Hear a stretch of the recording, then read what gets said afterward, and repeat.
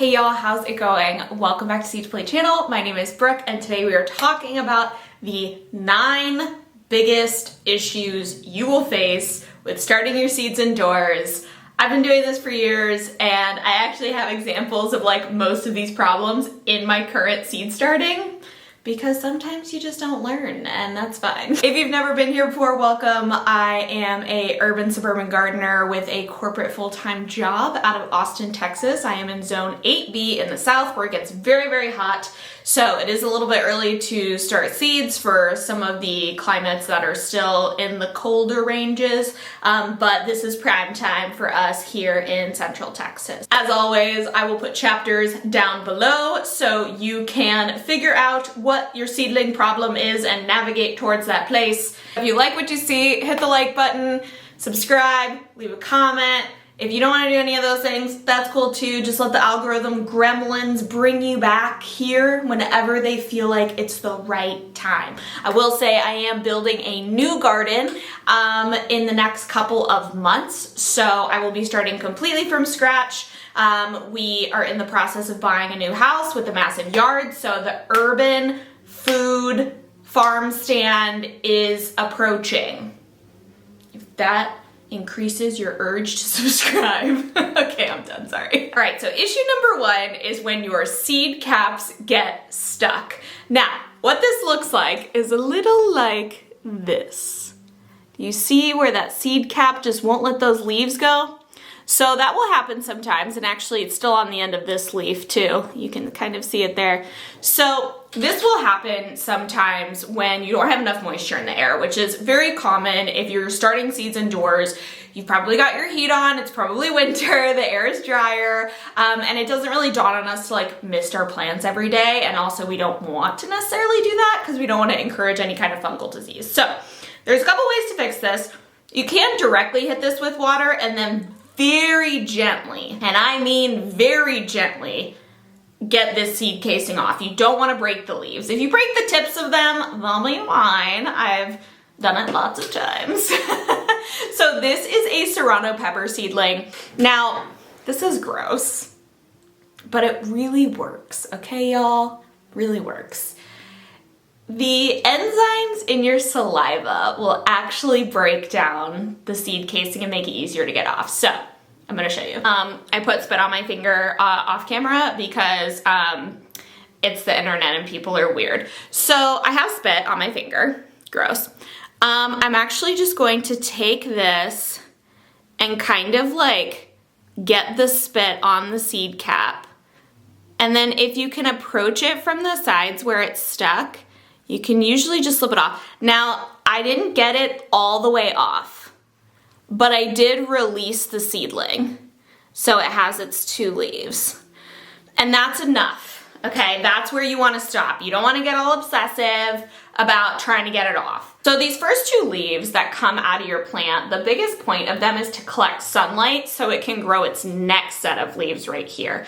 These set of leaves, these first ones, will typically actually fall off at some point as the plant gets bigger. So seed caps are stuck, your plants are gonna be fine, just give them a little bit of moisture. If you wanna prevent this, you can kind of put a humidifier in the room or kind of mist them. I don't really see it as something that's worth that level of work to try and prevent because it's not a problem all the time and it's really, really easy to fix. All right, the next one you may have actually heard of. This one is thrown around a lot and it's honestly a very, very common issue when you're starting seeds indoors. And that's when your seedlings get leggy. Now, what does that look like? I actually have a great example of this. These are some purple tomatillo plants and they are a little leggy. So what does leggy mean? You want your plants to be really kind of like short and plump. You want them to grow slowly and you want them to be short and plump. These are not short and plump, these are tall and gangly. Not ideal. And especially when they start doing stuff like this and they start like really curving around, not great. So the reason that this happens is if your light source is too far away from your seed tray, right? So you put all your seeds in, your light source should be about 2 or 3 inches away from that seed tray when you start them. And then as the plants germinate, you want to like either bring the lights up or bring the tray down, depending on your system that you got going on. That's how you're going to prevent this issue. So like I did that with some of my seedlings, clearly not all of them. Now, thankfully, this issue is really not that hard to fix with most plants. So a lot of plants that have these really small hairs, I'm not sure if the camera is going to be able to pick it up, to be honest with you. They have these really, really fine hairs on the stem. You'll be able to see them. So for plants like tomatillos, tomatoes, plants like that, so you can bury the stems in a new pot, and then that actually grows very, very strong root system because you're giving all of those little hairs the opportunity to grow roots. So that's what I will do with these. I will basically just very delicately take them out, and then in a pot that's also this size, I will actually bury the whole stem in there, and these will be very, very happy little seedlings. There are other plants that don't do as well with that. I would say really tomatoes and tomatillos are the only thing that I've done that where it's really worked.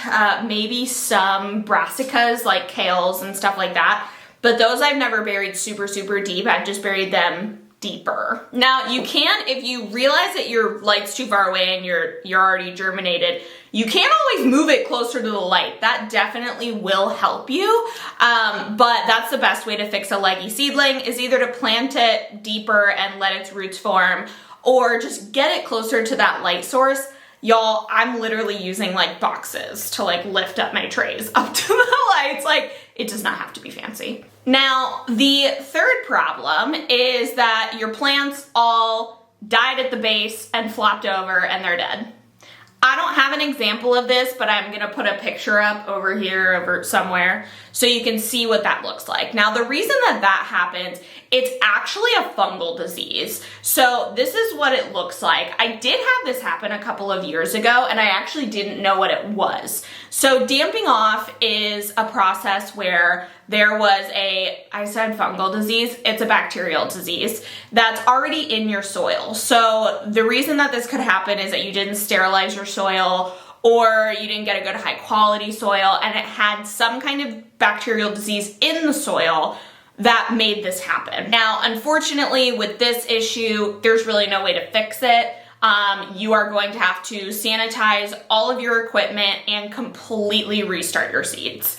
And when I say sanitize all your equipment, I mean like hot water and put it out in the sun if you can, to really kill everything off. So this is one of those ones, really hard to come back from. You basically can't, it would be more prudent just to start over. The good thing is this usually happens pretty early on in the process. Like, you're gonna know if this is your problem within a week or two of starting your seeds. Right, if your leaves are kind of like a white color or like starting to get a little bit light. Again, I don't have an example of this, but I am gonna put up some photos here. This is actually your plants being sunburned. So why this happens is because your plants are actually too close to the light. So I know I'm like, but your plant's close to the light. And then I'm like, but not too close. So I have had this happen with like more mature seedlings that are just ready to go outside. So usually when I see this, it's because the plants are too big, they're too close to the lights, and they just get sunburned, especially if it's warm in your house and dry, and then they're really close to a light that gets warm. That will happen. So really to fix it, you just want to get them away from that light source so close. So they will grow new leaves, they'll drop the damaged ones, totally fine. But that is why your leaves will turn a little bit paler of a color or even white. Okay, y'all, so next is if you have purple underneath your leaves. So it's gonna look a little like that. See that purple tinge? This is a tomato, and this is actually gonna be our example for two problems, and I literally only kept it for that reason.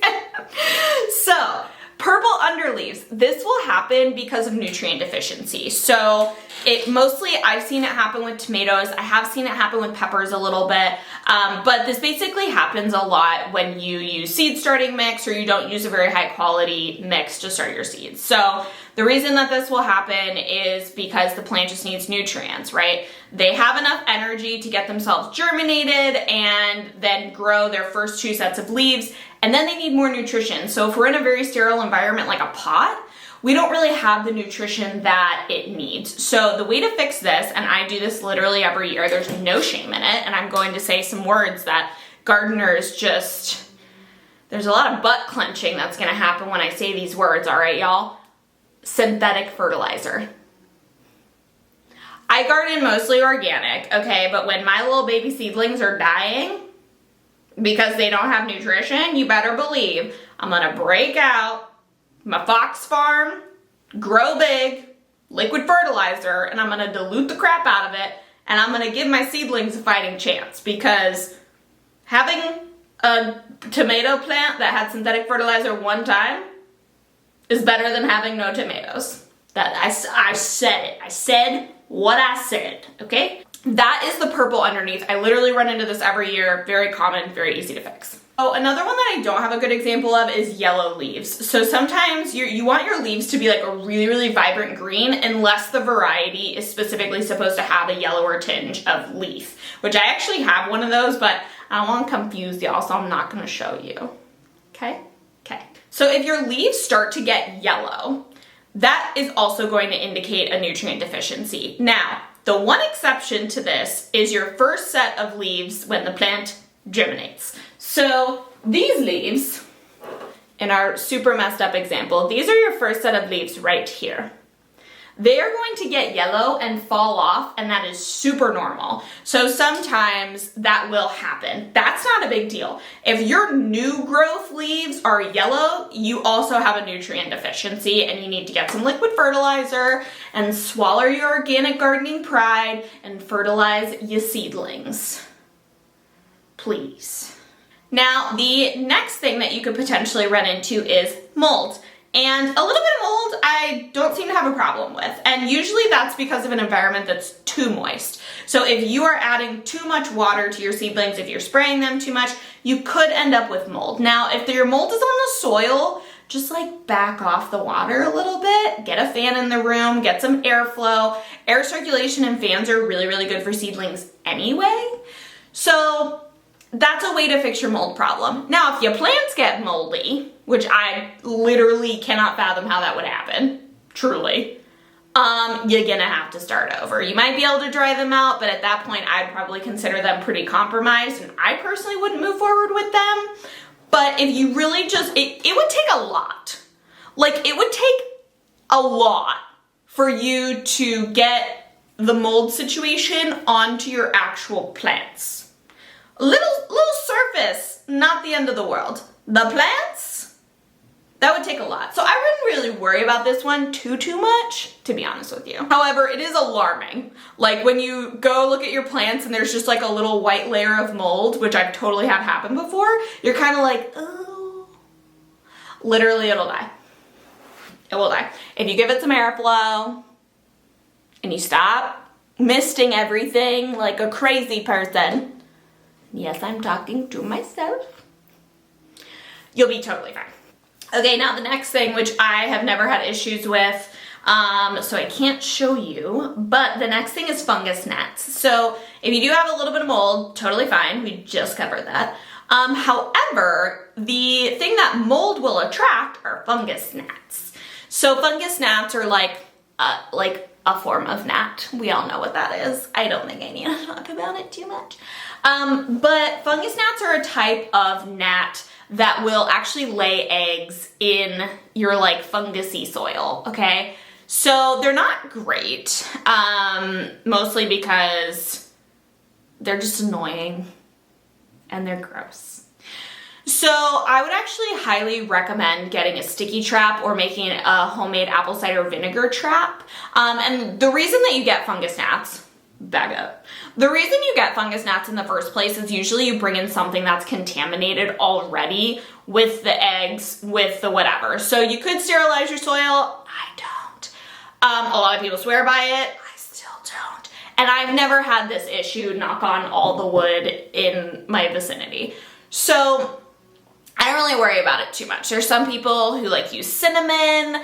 I want to disturb my seedlings as little as possible. So that's why I would highly recommend going with the trap method and using like a sticky trap, or I always make literally all spring and summer long because I live in Texas and there's bugs everywhere. I actually make homemade apple cider vinegar traps that I just leave out all the time. So what that is I just fill something with some water, like, I don't know, maybe let's call it a cup of water, okay? I add a 1/4 cup of apple cider vinegar. I don't actually measure any of this. And then I add a few drops of dish soap. And so what happens is the apple cider vinegar to the gnat smells like rotting fruit. It basically smells like fungus. They jump in there and then they land on the surface and they can't get out because of the dish soap. So I have a lot of success with that. That's why I would recommend doing that. And the last thing I want to talk about,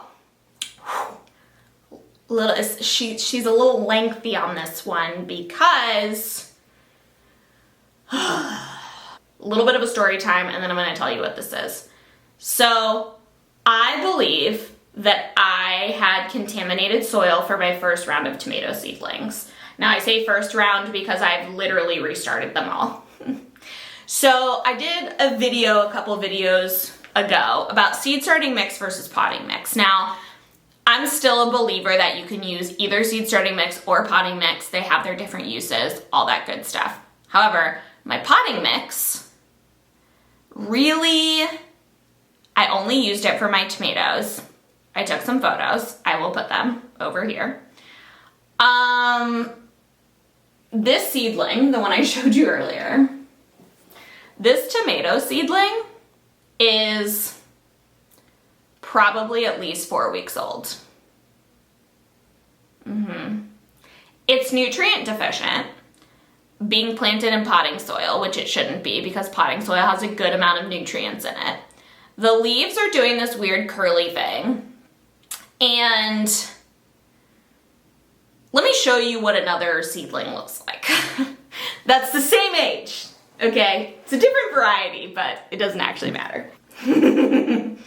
So these tomatoes were planted at the same time. This one has literally stopped growing after it got its like actual second set of leaves.